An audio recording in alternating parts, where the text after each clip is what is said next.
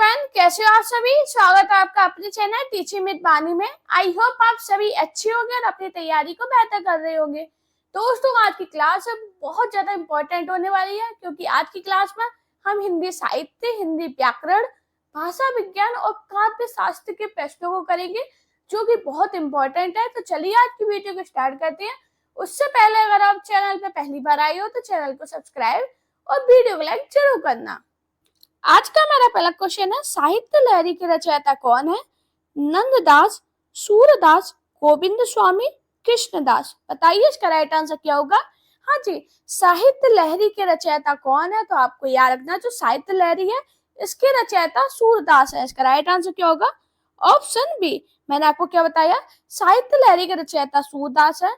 सूरदास ने कुल 25 ग्रंथ बताए हैं। ये पेपर में बनाए क्वेश्चन कि सूरदास ने कुल कितने ग्रंथ बताए हैं, तो आपको याद रखना 25 ग्रंथ बताए हैं, जिसमें 7 उपलब्ध है। उपलब्ध की पूछी जाए तो आपको याद रखना 7 उपलब्ध है और बताए 25 है। बात करें जो 7 कौन कौन से ग्रंथ उपलब्ध है, तो आपको याद रखना सूरसागर, साहित्य लहरी, सूरसावली, राधा रस केली, सूर रामायण, सूर पचीसी और सूर साखी। ये किसके ग्रंथ है? सूरदास के 7 उपलब्ध ग्रंथ है। क्वेश्चन क्या था, साहित्य लहरी के रचयिता कौन है? तो आपको याद रखना सूरदास। हमारा नेक्स्ट क्वेश्चन है, नंददास की किस कृति पर मुग्ध होकर उन्हें जड़िया उपाधि दी गई? अनेकार्थ मंजरी, रास पंचाध्यायी, पदावली या भंवर गीत। बताइए इसका राइट आंसर क्या होगा। हाँ जी दोस्तों, ये भी क्वेश्चन बहुत इंपॉर्टेंट है। काफी बार पेपर में पूछा गया कि नंददास की किस कृति पर मुग्ध होकर उन्हें जड़िया की उपाधि दी गई, तो आपको याद रखना रास पंचाध्यायी। इसका राइट आंसर क्या होगा? Option B. मैंने आपको क्या बताया, रास पंचाध्यायी की कृति से मुग्ध होकर उन्हें जड़िया की उपाधि दी गई। हमारा नेक्स्ट क्वेश्चन है, अष्टयाम किसकी रचना है? पंत की, नावादास की, निराला की, खनानंद की। बताइए इसका राइट आंसर क्या होगा। हाँ जी, अष्टयाम किसकी रचना है? तो आपको याद रखना, जो अष्टयाम है ये भक्ति काल के कवियों में स्वामी अग्रदास के शिष्य नावादास की रचना है। इसका राइट आंसर क्या होगा? Option B. दोस्तों, ये बहुत इंपॉर्टेंट क्वेश्चन है। काफी प्रीवियस पेपर में मैंने देखा है कि अष्टयाम से क्वेश्चन बना है कि अष्टयाम किसकी रचना है, तो आपको याद रखना नावादास की। ये किसके शिष्य थे? स्वामी अग्रदास के। हमारा नेक्स्ट क्वेश्चन है, प्रेम वाटिका किसकी काव्य कृति है? रसखान की, आलम की, नागरीदास की, भारतेंदु हरिश्चंद्र की। बताइए इसका राइट आंसर क्या होगा।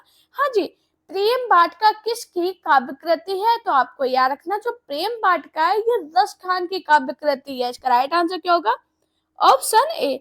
बात करें इसकी सन क्या है, तो आपको याद रखना 1614। एक क्वेश्चन बनता है कि रस खान का मूल नाम क्या था, तो आपको याद रखना सैयद इब्राहिम था। क्या था? तो आपको याद रखना सैयद क्या था, जल्दी से बताइए। सैयद इब्राहिम। ये आपको याद रखना है, क्योंकि पेपर में बहुत क्वेश्चन बनता है कि रस खान का मूल नाम क्या है, तो आपको याद रखना सैयद इब्राहिम। हमारा नेक्स्ट क्वेश्चन है, नायिका भेद पर आधारित रस मंजरी के रचनाकार है सूरदास, नंददास, बिहारी, विद्यापति। बताइए इसका राइट आंसर क्या होगा। हाँ जी, नायिका भेद पर आधारित ग्रंथ रस मंजरी के रचनाकार कौन है? तो आपको याद रखना कौन है? नंददास। इसका राइट आंसर क्या होगा? Option B. मैंने आपको क्या बताया, नायिका भेद पर आधारित ग्रंथ रस मंजरी के रचनाकार नंददास है। हमारा नेक्स्ट क्वेश्चन है, निम्नलिखित में से कौन अष्टछाप का कवि है? मीराबाई, सूरदास, रसखान, विद्यापति। बताइए इसका राइट आंसर क्या होगा। हाँ जी, अष्टछाप के कवि कौन है? अगर आपको अब सभी अष्टछाप के कवि याद होंगे तो आप ये क्वेश्चन तुरंत कर जाओगे। अब अष्टछाप में कवि कौन थे? कुंभन दास थे, सूरदास थे, परमानंद दास थे, कृष्णदास, गोविंद स्वामी, चीत स्वामी, चतुर्भुज दास और नंददास। तो कौन आया अष्टछाप के कवि में? सूरदास। इसका राइट आंसर क्या होगा? Option B. हमारा नेक्स्ट क्वेश्चन है, सूरदास के दृष्टिकूट पद किस काव्य ग्रंथ में संकलित है? सूरसागर, सूरसावली, साहित्य लहरी, इनमें से कोई नहीं। बताइए इसका राइट आंसर क्या होगा। हाँ जी, सूरदास के दृष्टकूट पद किस काव्य ग्रंथ में संकलित है? तो आप सभी को याद रखना किसमें, साहित्य लहरी में। इसका राइट आंसर क्या होगा, ऑप्शन सी। बात करें साहित्य लहरी की सन कितनी है, तो आपको याद रखना 1550। कितनी सन है, 1550। हमारा नेक्स्ट मोस्ट इंपॉर्टेंट क्वेश्चन, श्रृंगार और वात्सल रस का सम्राट किस कवि को कहा जाता है? तुलसीदास को, नंददास को, सूरदास को या कृष्णदास को? बताइए सभी लोग, इसका राइट आंसर क्या होगा?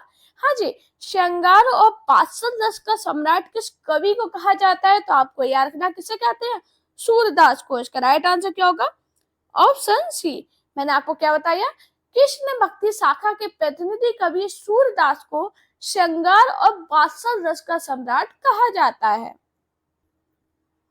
हमारा नेक्स्ट क्वेश्चन है, गौड़ी संप्रदाय के प्रवर्तक आचार्य थे वल्लभाचार्य, चैतन्य महाप्रभु, माधवाचार्य, स्वामी हरिदास। बताइए इसका राइट आंसर क्या होगा? हाँ जी, गौड़ी संप्रदाय के प्रवर्तक आचार्य कौन थे? तो आपको याद रखना चैतन्य महाप्रभु। इसका राइट आंसर क्या होगा, ऑप्शन बी। मैंने आपको क्या बताया, गौड़ी संप्रदाय के प्रवर्तक आचार्य चैतन्य महाप्रभु थे। हमारा नेक्स्ट क्वेश्चन है, अष्टछाप में कवियों की संख्या कितनी थी? 10, 12, 8, 15। हाँ जी, तो अभी हाल मैंने बताया था अष्टछाप में कितने कवि थे? 8। तो इसका राइट आंसर क्या होगा, ऑप्शन सी। हमारा नेक्स्ट क्वेश्चन है, हितोपदेश का भाषा अनुवाद किसने किया था? पद्माकर, श्रीपति, सेनापति या बोधा? बताओ इसका राइट आंसर क्या होगा? दोस्तों आज के क्वेश्चन इतने इंपॉर्टेंट है, सभी पेपर में पूछे गए हैं, कुछ क्वेश्चन रिपीट भी किए हैं क्योंकि मैंने जो अभी के प्रीवियस पेपर उठाए उनमें ये क्वेश्चन बने थे, तो इम्पोर्टेंट है, पूरी क्लास जरूर देखना। अब इसका आंसर बताइएगा, हितोपदेश का भाषा अनुवाद किसने किया? तो आपको याद रखना हितोपदेश का भाषा अनुवाद पद्माकर ने किया। इसका राइट आंसर क्या होगा, ऑप्शन ए। हमारा नेक्स्ट क्वेश्चन है, हित तरंगिणी किसकी रचना है? ग्वाल की, कृपाराम की, चिंतामणि की, मुबारक की? बताओ इसका राइट आंसर क्या होगा? हाँ जी, हित तरंगिणी किसकी रचना है? तो आपको याद रखना जो हित तरंगिणी है ये कृपाराम की रचना है। इसका राइट आंसर क्या होगा, ऑप्शन बी। दोस्तों आपको याद रखना जो हित तरंगी है इसकी सन कितनी है? 1541। मैंने आपको क्या बताया, हित तरंगिणी 1541 में ब्रज भाषा में रचित हिंदी सतसई परंपरा के प्रथम ग्रंथ है। कौन सी भाषा में? तो आपको याद रखना ब्रज भाषा में। ये पॉइंट मैं आपको इसलिए अलग से बता रही हूँ क्योंकि ये पेपर में पूछे जाते हैं और उस टाइम हमें कंफ्यूजन होता है। अगर आप पूरी क्लास को अच्छे से समझोगे तो मैं आपको गारंटी दे सकती हूँ आपका एग्जाम में कोई भी कंफ्यूजन नहीं रहेगा, क्योंकि प्रीवियस ईयर पेपर कैसे सॉल्व करे जाते हैं ये मैं बहुत अच्छे से आपको बताती हूँ। हमारा क्वेश्चन क्या था, हित तरंगिणी किसकी रचना है? तो आपको याद रखना कृपाराम की। हमारा नेक्स्ट क्वेश्चन है, चिंतामणि की भाषा कौन सी थी? राजस्थानी, ब्रज, संस्कृत, अवधी? बताइए इसका राइट आंसर क्या होगा? हाँ जी, चिंतामणि की भाषा कौन सी थी? तो दोस्तों आपको याद रखना जो चिंतामणि है ये रीति काल की रीतिबद्ध धारा के कवि हैं। इनकी काव्य भाषा विशुद्ध ब्रज भाषा है। इसका राइट आंसर क्या होगा, ऑप्शन बी। मैंने आपको क्या बताया, चिंतामणि की भाषा ब्रज थी। हमारा नेक्स्ट क्वेश्चन है, रामचंद्रिका की रचना किसने की? सेनापति ने, सुंदर ने, मोहनलाल मिश्र ने, केशव ने? बताइए इसका राइट आंसर क्या होगा? हाँ जी, रामचंद्रिका की रचना किसने की? तो दोस्तों आपको याद रखना रामचंद्रिका केशव दास की प्रबंध कृति है, तो इसकी रचना किसने की? केशव ने। इसका राइट आंसर क्या होगा, ऑप्शन बी। मैंने आपको क्या बताया, रामचंद्रिका की रचना केशव दास ने की। दोस्तों एक क्वेश्चन बनता है कि केशव दास का जन्म कब हुआ था? तो आपको याद रखना 1555 में इनका जन्म हुआ था। बात करी जाए ये कौन से संप्रदाय से दीक्षित थे? तो आपको याद रखना निम्बकार के। मैंने आपको क्या बताया, रामचंद्रिका की रचना केशव दास ने की। केशव दास का जन्म 1555 ईस्वी में हुआ था। ये निम्बकार संप्रदाय से दीक्षित थे। हमारा नेक्स्ट क्वेश्चन है, चिंतामणि किस काल के कवि थे? भक्ति काल के, रीति काल के, वीर गाथा काल के या आधुनिक काल के? बताइए इसका राइट आंसर क्या होगा। हाँ जी, चिंतामणि किस काल के कवि थे? तो दोस्तों आपको याद रखना, चिंतामणि रीतिकालीन कवि थे। तो इसका राइट आंसर क्या होगा? Option B. मैंने आपको क्या बताया? चिंतामणि रीतिकाल के कवि थे। हमारा नेक्स्ट क्वेश्चन है, केशव दास कवि होने के साथ साथ क्या थे? गायक, आचार्य, पाखंड विरोधी, संत। बताइए इसका राइट आंसर क्या होगा। हाँ जी, केशव दास कवि होने के साथ साथ क्या थे? तो आपको याद रखना, केशव दास अलंकारवादी आचार्य एवं कवि थे, जो कि निम्नकार संप्रदाय से दीक्षित थे। तो इसका राइट आंसर क्या होगा? Option B. क्या थे केशव दास? कवि होने के साथ साथ आचार्य थे। हमारा नेक्स्ट क्वेश्चन है, केशव दास ने एक आध्यात्मिक ग्रंथ लिखा, उसका नाम क्या था? विज्ञान गीता, रामचंद्र का, रसिक प्रिया, कवि प्रिया। बताइए इसका राइट आंसर क्या होगा।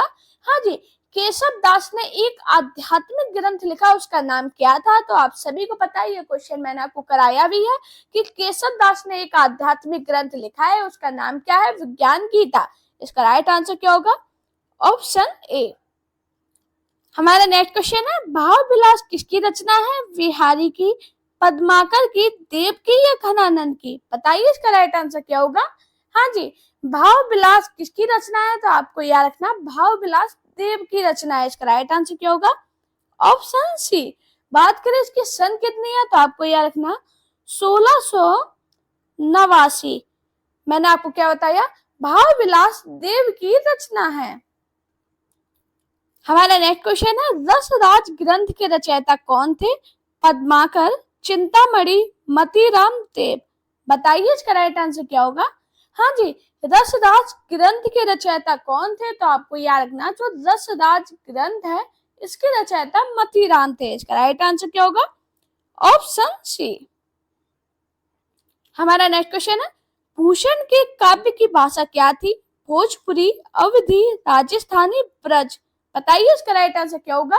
हाँ जी, भूषण के काव्य की भाषा क्या थी? तो आपको याद रखना, भूषण के काव्य की भाषा ब्रज थी। इसका राइट आंसर क्या होगा? Option D. मैंने आपको क्या बताया? भूषण के काव्य की भाषा ब्रज थी। हमारा नेक्स्ट क्वेश्चन है, काव्य अलंकार सूत्र इनमें से किसकी रचना है? भाम्य की, दंडी की, जयदेव की, पामन की। बताइए इसका राइट आंसर क्या होगा।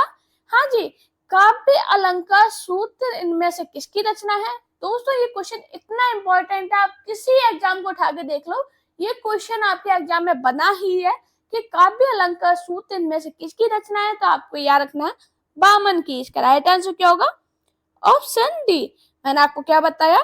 काव्य अलंकार सूत्र बामन की रचना है। हमारा नेक्स्ट मोस्ट इंपॉर्टेंट क्वेश्चन, काव्य शोभाकरान धर्मान अलंकरान पश्यते कथन किस आचार्य का है? आचार्य मम्मट का, आचार्य बामन का, आचार्य दंडी का या आचार्य रुद्रट का?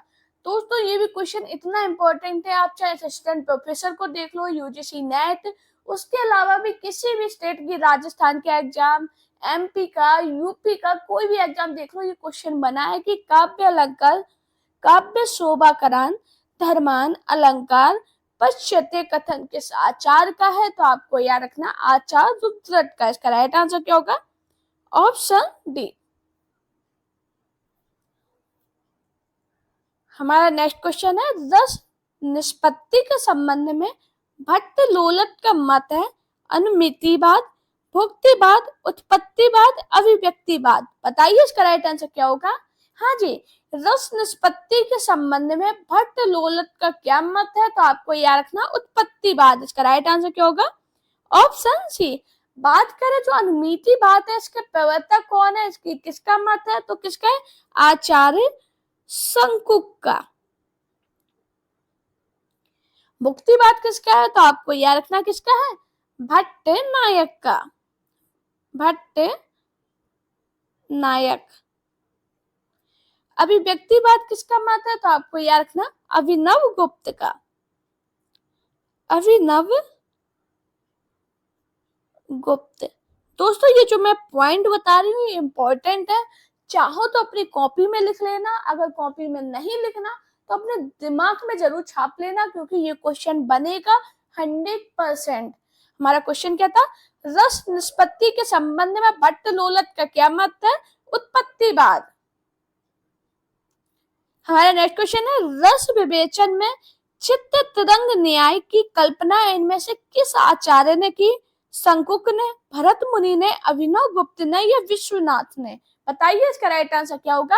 हाँ जी, रस विवेचन में चित्त तरंग न्याय की कल्पना इनमें से किस आचार्य ने की, तो आपको याद रखना शंकुक ने। इसका राइट आंसर क्या होगा, ऑप्शन ए।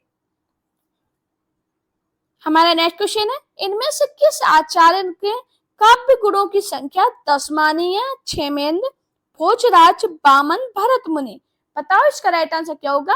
हाँ जी, किस आचार्य ने काव्य गुणों की संख्या 10 मानी है, तो आपको याद रखना आचार्य भरत मुनि ने काव्य गुणों की संख्या 10 मानी है। इसका राइट आंसर क्या होगा, ऑप्शन डी। हमारा नेक्स्ट क्वेश्चन है, भारतीय नाट्य शास्त्र की दृष्टि से नाटक का मुख्य उद्देश्य है व्यक्तित्व का परिशोधन, चरित्र चित्रण, दृश्यों का प्रस्तुतिकरण, रसास्वादन। बताओ इसका राइट आंसर क्या होगा। हाँ जी, भारतीय नाट्य शास्त्र की दृष्टि से नाटक का मुख्य उद्देश्य क्या है, तो आपको याद रखना रसास्वादन। इसका राइट आंसर क्या होगा, ऑप्शन डी। हमारा नेक्स्ट क्वेश्चन है, काव्य शास्त्रीय ग्रंथ काव्य मीमांस के लेखक है भरत मुनि, राजशेखर, विश्वनाथ दंडी। बताओ इसका राइट आंसर क्या होगा। हाँ जी, काव्य शास्त्रीय ग्रंथ काव्य मीमांस के लेखक कौन है, तो आपको याद रखना राजशेखर। इसका राइट आंसर क्या होगा, ऑप्शन डी। मैंने आपको क्या बताया, काव्य शास्त्रीय ग्रंथ काव्य मीमांस के लेखक राजशेखर हैं।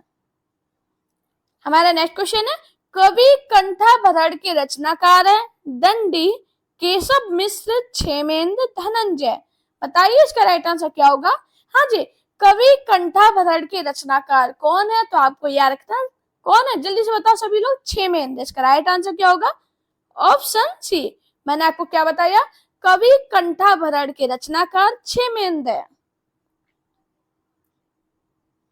हमारा नेक्स्ट क्वेश्चन है, इनमें से कौन अलंकारवादी आचार्य नहीं है, केशव, भाम्य, जयदेव, आनंदवर्धन। बताइए इसका राइट आंसर क्या होगा। हाँ जी, कौन अलंकारवादी आचार्य नहीं है, तो आपको याद रखना आनंदवर्धन। इसका राइट आंसर क्या होगा, ऑप्शन डी। बाकी बात करें केशव, भाम और जयदेव, ये कौन है, अलंकारवादी आचार्य है। जो आनंदवर्धन है ये ध्वनिवादी आचार्य है। कौन है, तो आपको याद रखना ध्वनिवादी। हमारा नेक्स्ट क्वेश्चन है, ब्रह्मानंद सहोदर किसे कहते हैं, रस को, ध्वनि को, वक्रोक्ति को या अलंकार को। बताओ इसका राइट आंसर क्या होगा। हाँ जी, ब्रह्मानंद सहोदर किसे कहते हैं, तो आपको याद रखना रस को। इसका राइट आंसर क्या होगा, ऑप्शन ए। हमारा नेक्स्ट क्वेश्चन है, दिए गए शब्द का सही संधि विच्छेद वाला विकल्प पहचानिए। योगीश्वर, योगीश प्लस वर, योगी प्लस ईश्वर, योगी प्लस स्वर, योग प्लस ईश्वर। बताओ योगीश्वर का सही संधि विच्छेद क्या होगा। तो दोस्तों आपको याद रखना जो योगीश्वर है इसका सही विच्छेद क्या होगा, योगी प्लस ईश्वर। इसका राइट आंसर क्या होगा, ऑप्शन बी। बात करें अब इसमें कौन सी संधि हुई, तो आपको याद रखना दीर्घ संधि। कौन सी संधि है, दीर्घ संधि। ये संधि का ऐसा क्वेश्चन है जो पेपर में बहुत पूछा जाता है, इंपॉर्टेंट है। योगीश्वर से बहुत पूछा जाता है कौन सी संधि है या इसका सही संधि विच्छेद क्या है, तो आपको दोनों याद रखने हैं।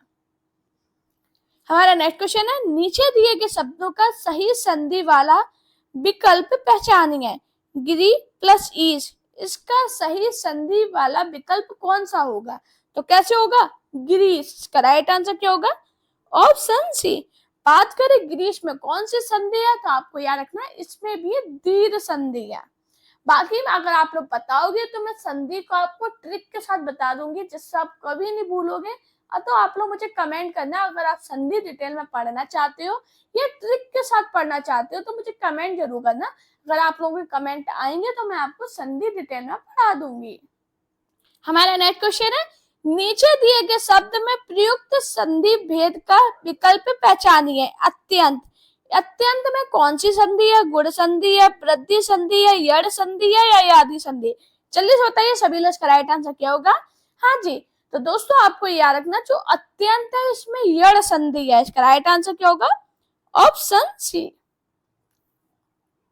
हमारा नेक्स्ट क्वेश्चन है, बीड़ा पाणी में समास है, बहुब्रीहि समास, द्विगु समास, कर्मधारय समास या अव्ययी भाव समास? जल्दी से बताओ इसका राइट आंसर क्या होगा? हाँ जी, बीड़ा पाणी में कौन सा समास होगा? तो अब इसका विग्रह क्या होगा? बीड़ा हाथ में जिसके, अर्थात स्वरस्वती। तो बीड़ा पाणी में कौन सा समास है? बहुब्रीहि समास। इसका राइट आंसर क्या होगा? Option A.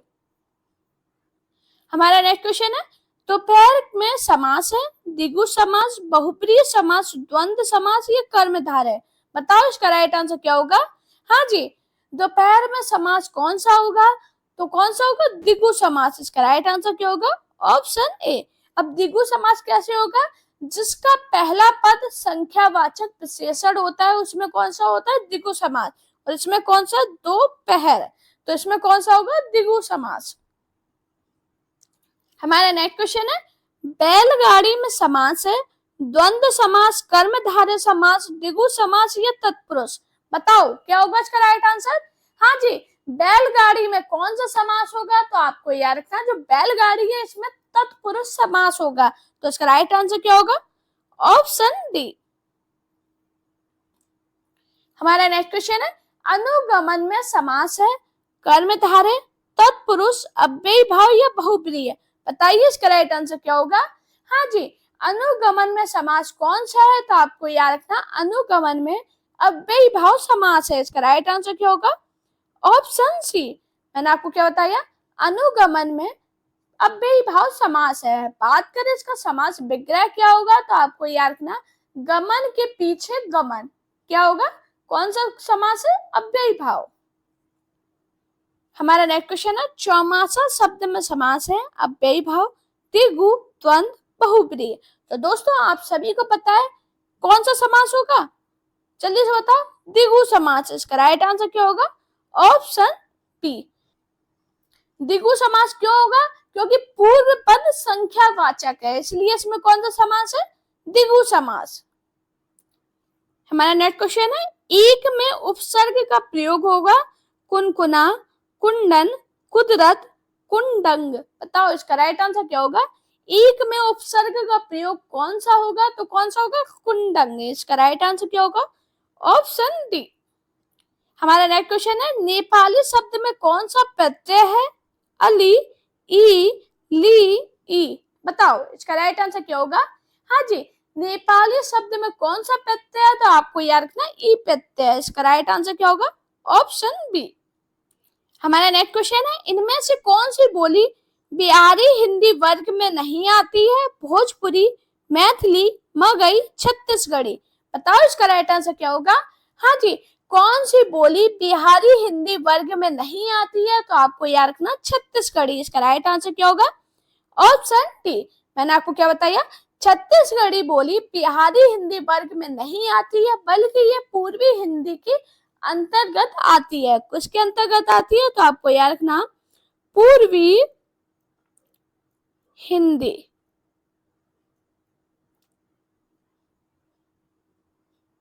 हमारा नेक्स्ट क्वेश्चन है, निम्नलिखित में से कौन सी भाषा संविधान की 8वीं अनुसूची में है? नेपाली, राजस्थानी, कांगड़ी, गोंडवी? बताओ इसका राइट आंसर क्या होगा? हाँ जी, कौन सी भाषा संविधान की 8वीं अनुसूची में है? तो आपको याद रखना, नेपाली। इसका राइट आंसर क्या होगा? Option A. हमारा नेक्स्ट क्वेश्चन है, निम्नलिखित में से कौन सी बोली राजस्थानी की नहीं है? मेवाती, मारवाड़ी, मलयाली, मेवाड़ी? बताओ इसका राइट आंसर क्या होगा? हाँ जी, कौन सी बोली राजस्थान की नहीं है? तो आपको याद रखना, कौन सी नहीं है? मलयाली। इसका राइट आंसर क्या होगा? Option C. बात करें अब राजस्थान बोली के अंतर्गत कौन कौन सी बोली आती है? तो आपको याद रखना, मेवाती, मालवी, मारवाड़ी और जयपुरी। कौन सी आती है? जयपुरी। आपको याद रखना, ये चारों भाषाएं बहुत पूछी जाती है पेपर में। मैंने आपको कौन कौन सी बताई? मेवाती, मालवी, जयपुरी या मारवाड़ी, ये 4 भाषाएं आती हैं। और जो मड़ियारी है राजस्थानी बोली में नहीं आती है। हमारा नेक्स्ट क्वेश्चन है, भाषा शब्द किस धातु से बना है? वस, दस, भास, अस। बताओ इसका राइट आंसर क्या होगा? हाँ जी, भाषा शब्द किस धातु से बना है? तो आपको याद रखना भास धातु से। इसका राइट आंसर क्या होगा? Option C. हमारा नेक्स्ट और मोस्ट इंपोर्टेंट क्वेश्चन, देवनागरी में आ के 12 खड़ी का सुझाव किसने दिया था? नरेंद्र देव, डॉक्टर श्याम सुंदर दास, काका कालेकर, विनोबा भावे। बताओ इसका राइट आंसर क्या होगा?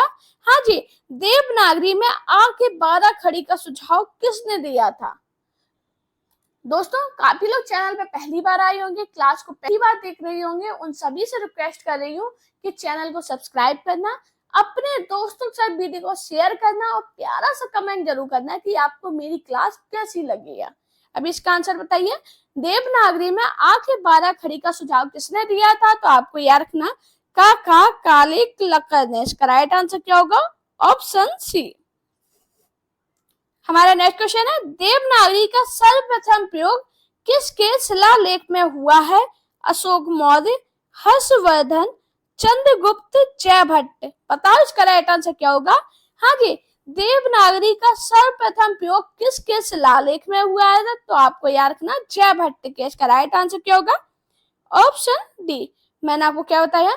देवनागरी का सर्वप्रथम प्रयोग जयभट्ट के शिलालेख में हुआ है। जो देवनागरी लिपि है, इसकी जड़ें प्राचीन ब्राह्मी परिवार में है। हमारा नेक्स्ट क्वेश्चन है, निम्न में से कौन पूर्वी हिंदी की बोली नहीं है? बघेली, अवधी, भोजपुरी, छत्तीसगढ़ी। बताओ इसका राइट आंसर क्या होगा? हाँ जी, तो दोस्तों आपको याद रखना जो भोजपुरी है ये पूर्वी हिंदी की बोली नहीं है। तो इसका राइट आंसर क्या होगा? Option C. हमारा नेक्स्ट क्वेश्चन है, निम्न अंकों को क्या कहा जाता है? 1, 2, 3, 4 ये जो गिनती है इसको हम क्या कहते हैं? अंग्रेजी अंक, विदेशी अंक, यूनानी अंक या अंतरराष्ट्रीय अंक। बताओ इसका राइट आंसर क्या होगा? हाँ जी, जो हमारी जो गिनती है 1 से लेके 1, 2, 3, 4, 5, 6, 7, 8, 9 और 0, इस अंक को हम क्या कहते हैं? तो आप सभी को पता है क्या कहते हैं? अंतरराष्ट्रीय अंक कहा जाता है। इसका राइट आंसर क्या होगा? Option D. हमारा नेक्स्ट क्वेश्चन है, मैथिली का प्रयोग क्षेत्र नहीं है? दरभंगा, मुजफ्फरपुर, मेरठ, पूर्णिया। बताओ इसका राइट आंसर क्या होगा? हाँ जी, मैथिली का प्रयोग क्षेत्र कौन सा नहीं है? तो आपको याद रखना मेरठ। इसका राइट आंसर क्या होगा? Option C. हमारा नेक्स्ट क्वेश्चन है, देवनागरी लिपि में लिखी जाने वाली भाषा नहीं है? असमिया, हिंदी, संस्कृत, नेपाली। बताओ इसका राइट आंसर क्या होगा? हाँ जी, देवनागरी लिपि में लिखी जाने वाली भाषा कौन सी नहीं है? तो आपको याद रखना असमिया। इसका राइट आंसर क्या होगा? Option A. दोस्तों, अगर आपको मेरी वीडियो पसंद आए तो वीडियो को लाइक कीजिए, चैनल को सब्सक्राइब कीजिए, अपने दोस्तों से वीडियो को शेयर करना। मेरा Telegram account, Insta account, Facebook page पे मुझे फॉलो कीजिए। अपना प्यार और सपोर्ट चैनल पे इसी प्रकार बनाए रखिए। Thank you guys watching this video.